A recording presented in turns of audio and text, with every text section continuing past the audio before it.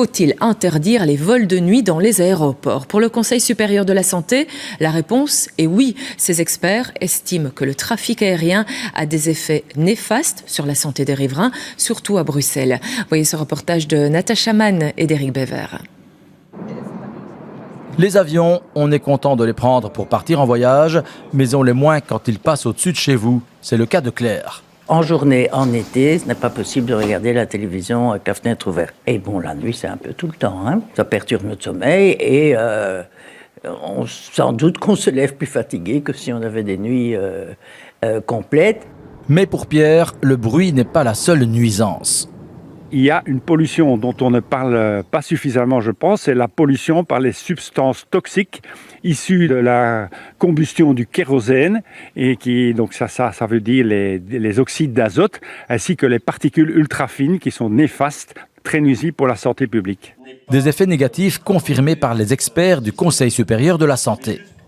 En ce qui concerne l'aspect bruit, il y a d'abord l'induction d'une forte gêne chez les personnes survolées, mais il y a également un effet important sur la qualité du sommeil et le caractère récupérateur du sommeil. En matière de pollution atmosphérique, il y a toute une série de polluants qui sont dispersés par les avions et qui, eux, ont des impacts également sur des phénomènes de type cardiovasculaire, pulmonaire et éventuellement sur différents cancers.